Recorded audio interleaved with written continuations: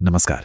चलिए आज एक ऐसी कहानी में उतरते हैं जो एक बहुत ही गहरा सवाल उठाती है, मृत्यु के बाद आखिर होता क्या है।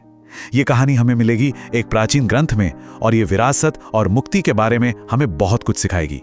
तो सवाल ये है कि उस आत्मा का क्या होता है जो पीछे रह जाती है।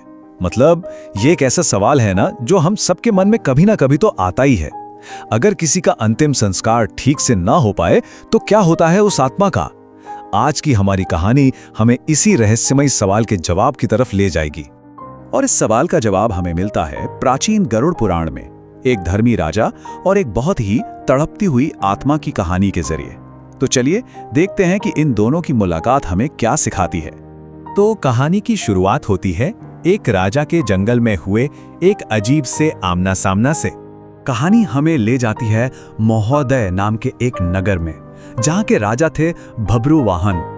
अब ये कोई आम राजा नहीं थे, वो बहुत शक्तिशाली थे, धर्मपरायण थे, अपने कर्तव्य को लेके एकदम समर्पित, अपनी प्रजा को आप कह सकते हैं बच्चों की तरह मानते थे और सबके लिए उनकी मन में दया थी। उनका यही स्वभाव, यही धार्मिक नेचर इस कहानी में बहुत बड़ा रोल निभाने वाला है।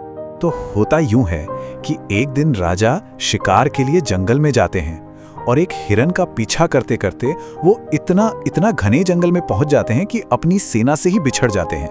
और फिर उसी सुनसान जंगल में उनका सामना होता है एक बहुत ही भयानक डरावनी आकृति से। जरा सोचिए उस पल के बारे में।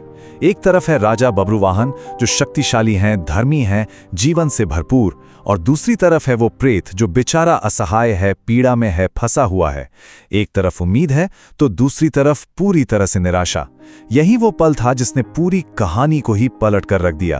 अब इतनी भयानक शक्ल देखकर भी राजा डरे नहीं, ये उनकी खासियत थी। बल्कि उन्होंने हिम्मत करके उस प्रेत से पूछा कि भाई तुम्हारी ये हालत कैसे हुई, तुम्हारी दुख भरी कहानी क्या है। और बस यहीं से एक बहुत गहरा राज खुलने वाला था। तो उस प्रेत ने बताना शुरू किया। उसने कहा कि वो हमेशा से ऐसा नहीं था।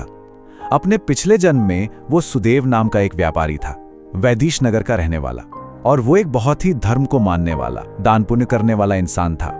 मतलब उसने अपनी जिंदगी में सब कुछ सही किया था। देवताओं की पूजा की, अपने पितरों का, अपने पूर्वजों का सम्मान किया, ब्राह्मणों को खूब दान दिया, गरीबों को, असहाय लोगों को सबको खाना खिलाया।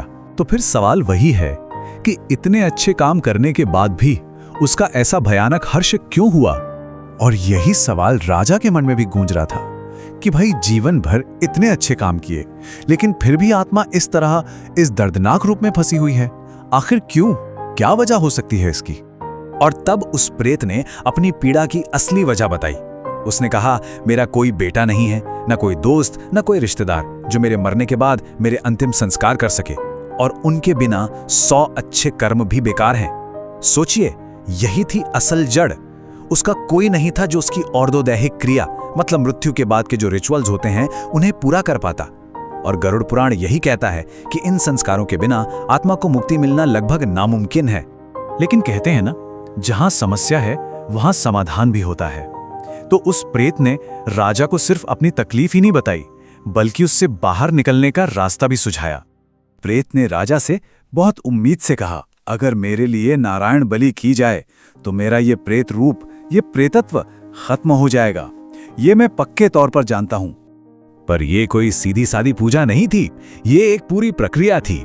इसमें नारायण भगवान की एक सोने की मूर्ति बनानी थी, फिर देवताओं की पूजा, अग्नि में हवन, और तो और पूरे 16 श्राद्ध भी करने थे। और इन सब के बाद एक खास तरह का दान भी देना था। और ये खास दान था प्रेत घट का। अब ये क्या होता है? ये सोने का एक कलश होता है जिसे दूध और घी से भरा जाता है। इसमें ब्रह्मा, विष्णु, शिव तीनों का आवाहन होता है और फिर इसे किसी योग्य ब्राह्मण को दान कर दिया जाता है। ऐसी मान्यता है कि इस एक दान से बड़े पाप भी धुल जाते हैं और आत्मा को शांति मिलती है। तो अब गेंद राजा के पाले में थी। कहानी एक ऐसे मोड़ पर थी जहां राजा को फैसला लेना था। क्या वो एक अनजान भटकती हुई आत्मा की मदद के लिए इतना बड़ा अनुष्ठान करेंगे? राजा बब्रुवाहन, जो अपने धर्म और करुणा के लिए जाने जाते थे, उन्होंने एक पल भी नहीं सोचा। उन्होंने तुरंत उस प्रेत की मदद करने का वचन दे दिया। प्रेत ने भी एहसान मानते हुए उन्हें एक बेशकीमती मणि दी, और ये कहकर गायब हो गया कि राजा अपना वादा याद रखें। और राजा ने अपना वचन निभाया।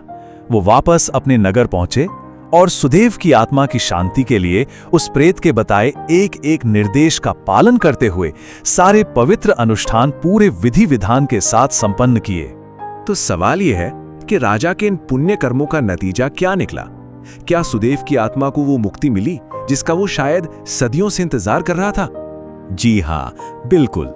राजा भब्रुवाहन के उन धर्म कार्यों की वजह से सुदेव के प्रेत को अपनी पीड़ा से आजादी मिल गई और वो सीधा स्वर्ग लोक को चला गया। मतलब एक अजनबी के नेक काम ने एक भटकती हुई आत्मा को आखिर शांति दिला ही दी। और यहीं पर इस कहानी का सबसे गहरा, सबसे जरूरी संदेश छिपा है। गरुड़ पुराण कहता है, जब किसी दूसरे के, किसी अजनबी के श्राद्ध करने से प्रेत को मुक्ति मिल सकती है, तो इस बात में क्या शक है कि एक बेटे के श्राद्ध करने से उसके पिता को मुक्ति मिलेगी। तो ये प्राचीन कहानी आखिर में हमें एक बहुत बड़े सवाल के साथ छोड़ जाती है कि जो लोग हमसे पहले इस दुनिया से जा चुके हैं, उनके प्रति हमारी क्या जिम्मेदारी बनती है। ये हमें याद दिलाती है कि असली विरासत सिर्फ धन दौलत की नहीं होती, बल्कि संस्कारों की होती है, कर्तव्यों की होती है।